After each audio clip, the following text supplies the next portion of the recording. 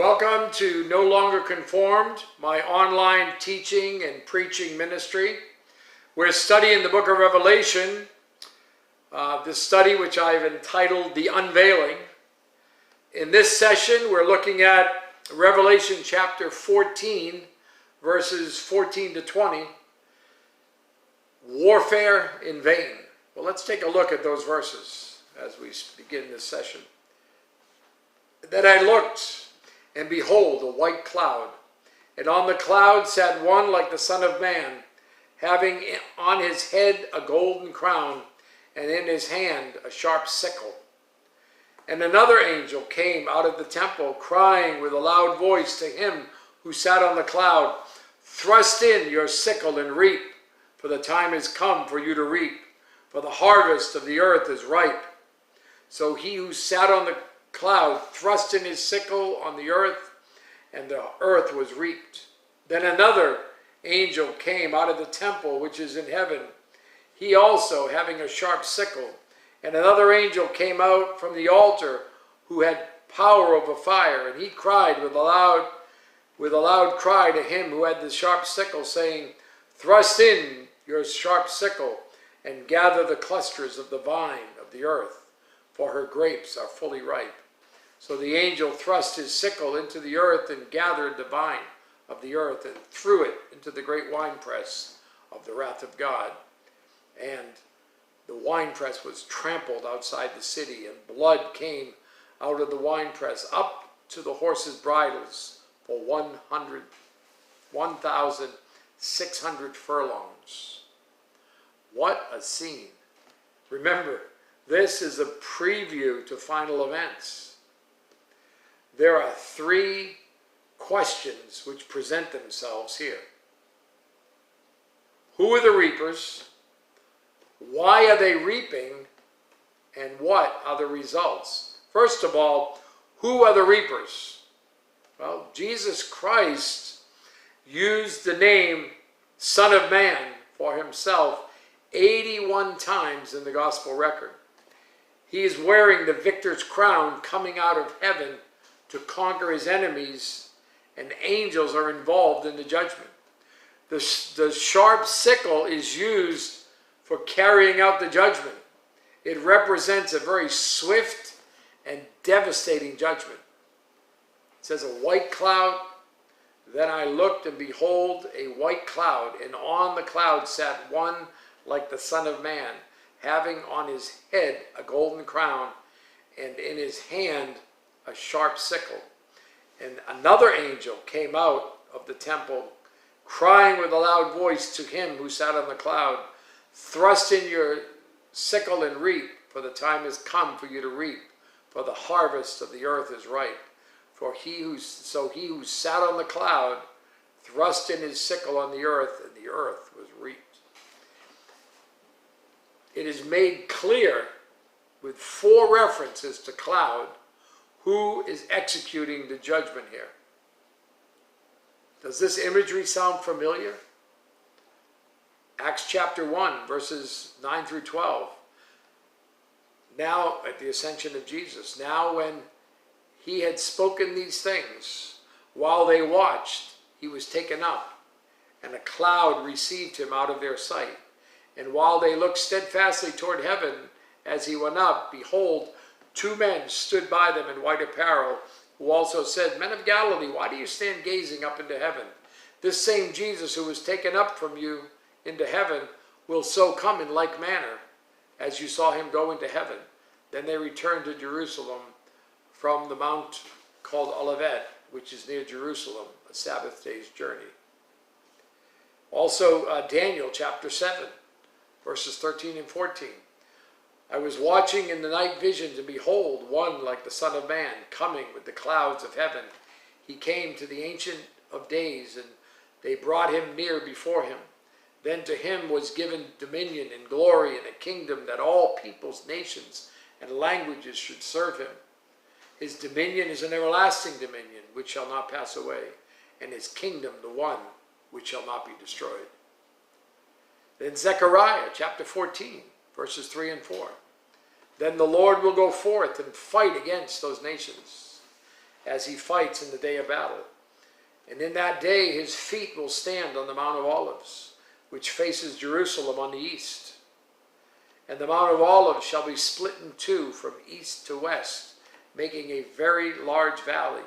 Half of the mountain shall move toward the north and half of it toward the south.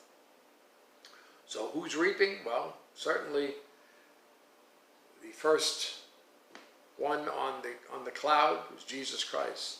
Why are they reaping? That's the second question. Well, there's two items involved in this reaping.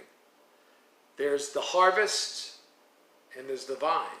The harvest in verse 15, and another angel came out of the temple crying with a loud voice to him, Jesus, who sat on the cloud, thrust in your sickle and reap, for the time has come for you to reap, for the harvest of the earth is ripe.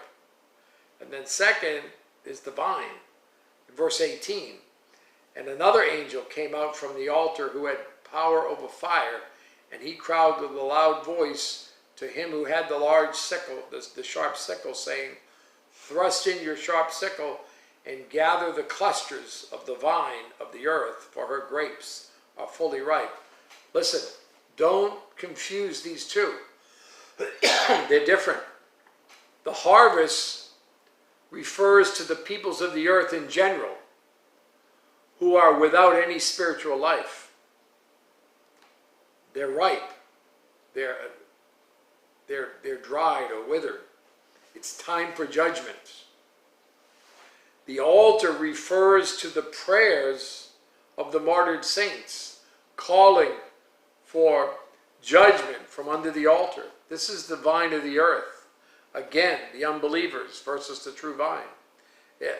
It's horrible imagery of a wine press squashing and squeezing. What's the picture? Well, the false religion of man is ready for judgment. But why? Well, because man, in his efforts, apart from the life of God, has developed an apostate religious system. This whole world religion. And then third, what are the results?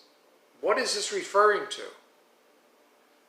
Well, Matthew chapter 13, verse 36 down to verse 43. And then Jesus sent the multitudes away and went into the house.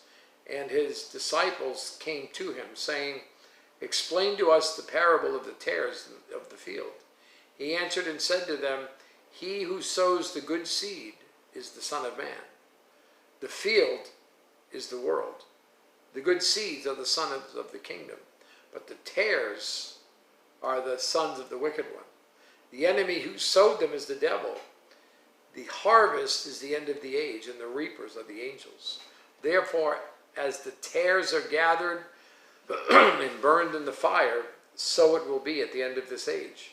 The Son of Man will send out his angels, and they will gather out of his kingdom all things that offend, and those who practice lawlessness, and will cast them into the furnace of fire. There will be wailing and gnashing of teeth, and then the righteous will shine forth as the sun in the kingdom of their Father. He who has ears to hear, let him hear. The harvest at the end will have some righteous mixed in with the unrighteous. Some of the harvest will enter the kingdom, others will be judged. How? Well, verse 20. And the winepress was trampled outside the city, and the blood came out of the winepress up to the horses' bridles for 1,600 furlongs. See, how are they going to be judged? Well, the kings of the east versus the revived Roman Empire, all who turn at that moment and unite against the Lord. That's the great battle of Armageddon. Revelation chapter 16, verses 12 through 16, and then chapter 19, verses 17 to 19. Chapter 16, verses 12 to 16, then the sixth angel poured out his bowl on the great river Euphrates, and its water was dried up. so that the way of the kings from the east might be prepared. And I saw 3 unclean spirits like frogs coming out of the mouth of the dragon, out of the mouth of the beast, and out of the mouth of the false prophet. For they are spirits of demons, performing signs which go out to the kings of the earth and of the whole world to gather them to the battle of that great day of God Almighty. Behold, I am coming as a thief. Blessed is he who watches and keeps his garments, lest he walk naked, and they see his shame. And they gathered them together to the place called in Hebrew Armageddon. And then in chapter 19, verses 17 and 19, and then I saw an angel standing in the sun, and he cried with a loud voice, saying to all the birds that fly in the midst of heaven, come and gather together for the supper of the great God, that you may eat the flesh of kings, the flesh of captains, the flesh of mighty men, the flesh of horses, and of those who sit on them, and the flesh of all people, free and slave, both small and great. And I saw the beast, the kings of the earth and their armies, gathered together to make war against him who sat on the horse and against his army. And all are defeated by a blast of Jesus' mouth. 2 Thessalonians chapter 2 and verse 8. And then the lawless one will be revealed, whom the Lord will consume with the breath of his mouth and destroy with the brightness of his coming. Listen, this is not the battle with Gog and Magog. This battle is before the millennium. The other is after the millennium. It will be an incredible bloodbath, 175 miles long and 4.5 feet deep. The valley of Megiddo is plenty large enough to fulfill this. But just remember, this is not the battle with Gog and Magog. This battle happens before the millennium. This is Armageddon. The other battle is after the millennium.